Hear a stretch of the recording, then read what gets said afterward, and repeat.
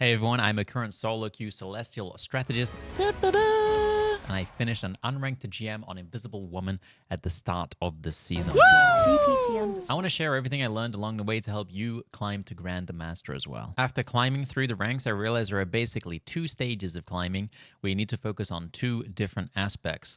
The first starts with bronze to gold and low plat, and the second part is pushing past plat and through to diamond and eventually grandmaster. Stage 1, learning the Invisible Woman fundamentals. So the reason why this is split into two parts is because in these lower ranks, you absolutely cannot trust your teammates to reliably do anything. You're essentially playing a solo game where you try to maximize your character to eke out an edge that allows you to climb to a rank where team play actually happens. So in stage 1, we just need to get really comfortable with the abilities and playstyle of Invisible Woman. She's actually a very simple hero due to having a lot of limitations in her kit. Mostly her range and a very low single target damage.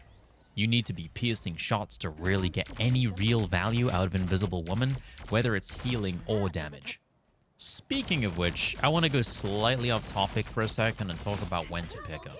I truly believe that due to her limitations, she's a really bad pick if the right circumstances aren't in place.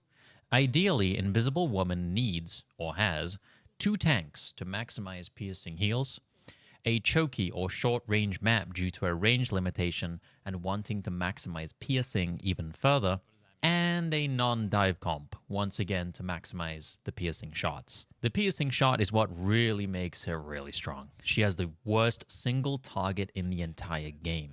So if you're not getting to pierce, then she's really not worth playing over other supports.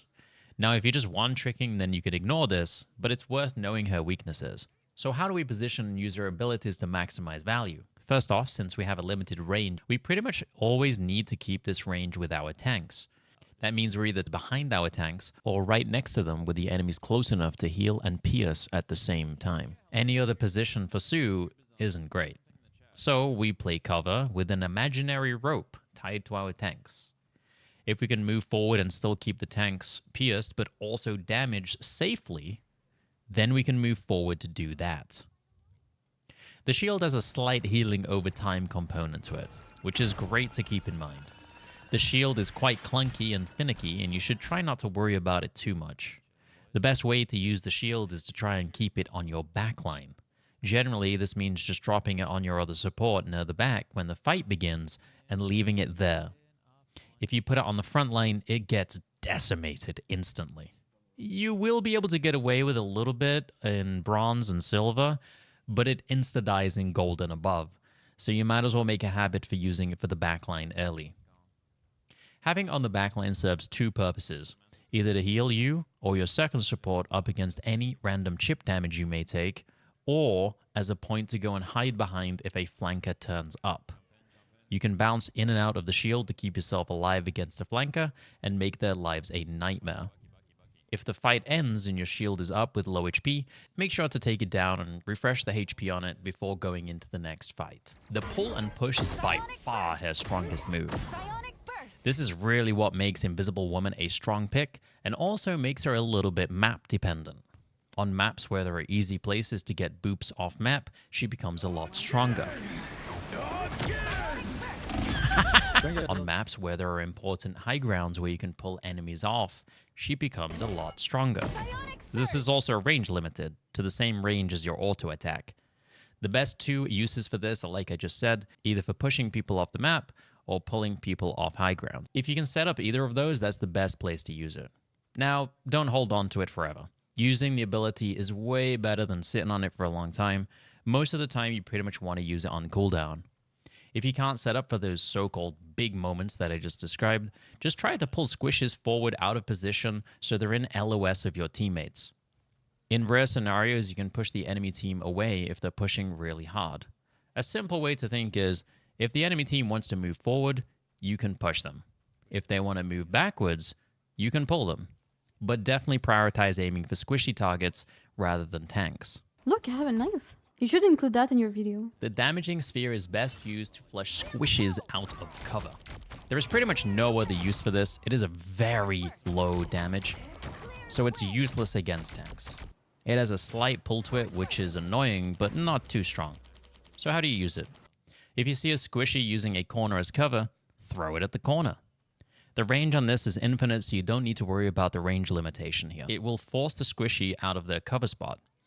In general, I tend to aim for the floor or wall here, as then I don't have to worry about reactivating it, and I can focus on other things. But if you're aiming up or there is no wall, then you can activate it manually mid-air. It also pulls flyers down. If they have a flyer, I highly recommend focusing them all game with the sphere if you can. Oh, I guess we should touch on her invis.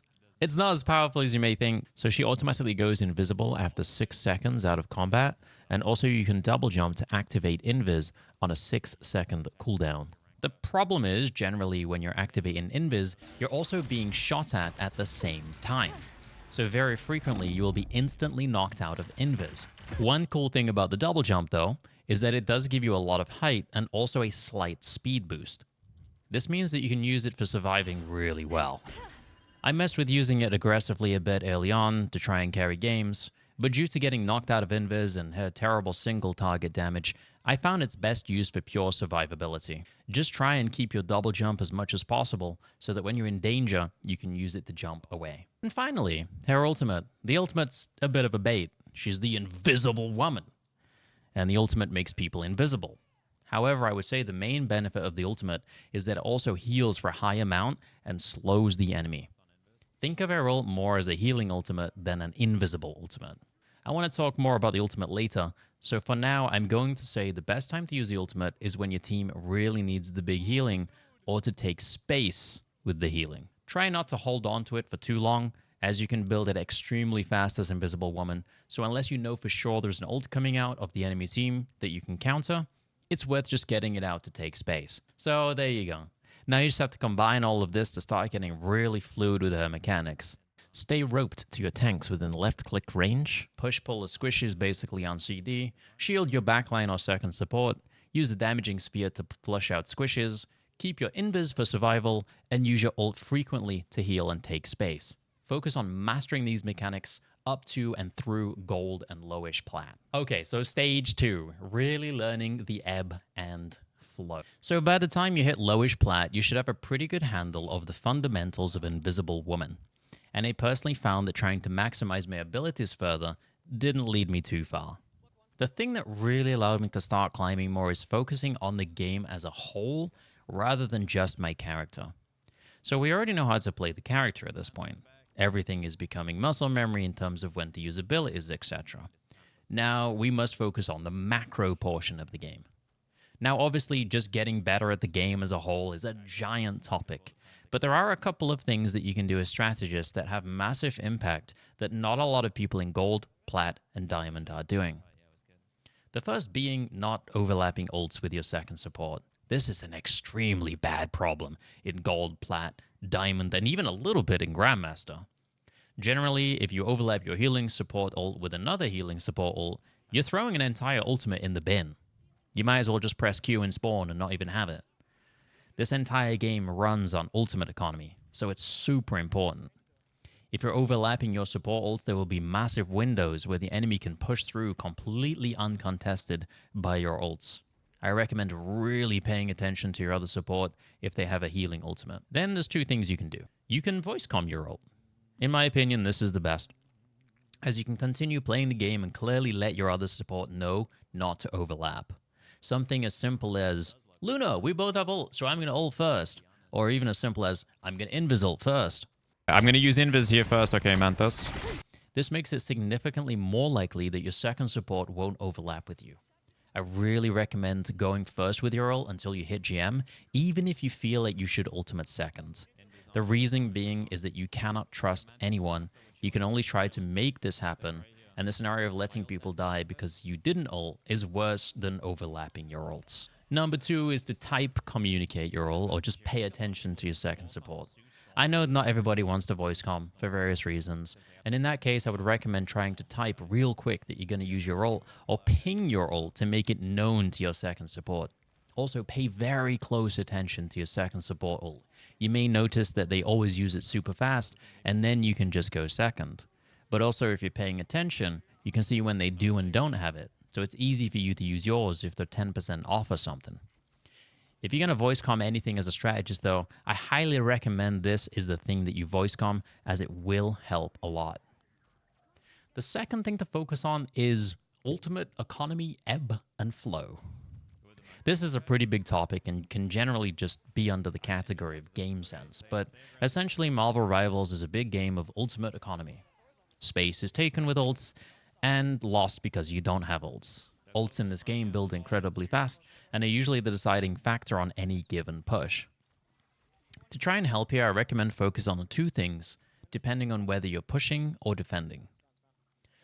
Pushing really hard on attack when you have your Invisol. Invisol is great for taking space. You become invisible, it covers a decently large area, it heals, and it slows the enemy. If you look at your ult as a leapfrog into a destination, then you can start to think how to use it to get your team to where you want them to go. Use your ult very aggressively on attack, not just when tanks get low. Use it as an opener. Voice comms help here a lot. Say something like, I'm going to Invisol, let's push hard. Or just, you can just ping your ult percent or pinging attack on the map as well. Place your ult just at the front of your team and allow them to use it to run through to take the area. Even better if you catch some enemies in there for the slow. The next advancement to this is telling your team to push, but then waiting until your teammates do get low to then place the ultimate in the place that you was going to place it. But just use it aggressively. And then you can use it for key timings on defense. Generally on defense, you're just trying to hold space as long as possible. So in this case, holding your ult for when you absolutely need it to keep that space is preferential. This means either just a moment where someone gets super low or would get eliminated without your ultimate, or saving it for key enemy ultimates. Remember that Sewell is very high healing and can heal through most things. Use it to counter Star-Lord ult, Storm ult, Agamotto, But in general on defense, you don't want to be running into the enemy, and you can try and wait a little bit longer. As soon as I started to focus on the macro of the game in plat and above, I started to climb like crazy. So you really need to get the hero mechanics down fluidly in the early stages. If you want to see some Invisible Woman gameplay, check out my Diamond to GM game.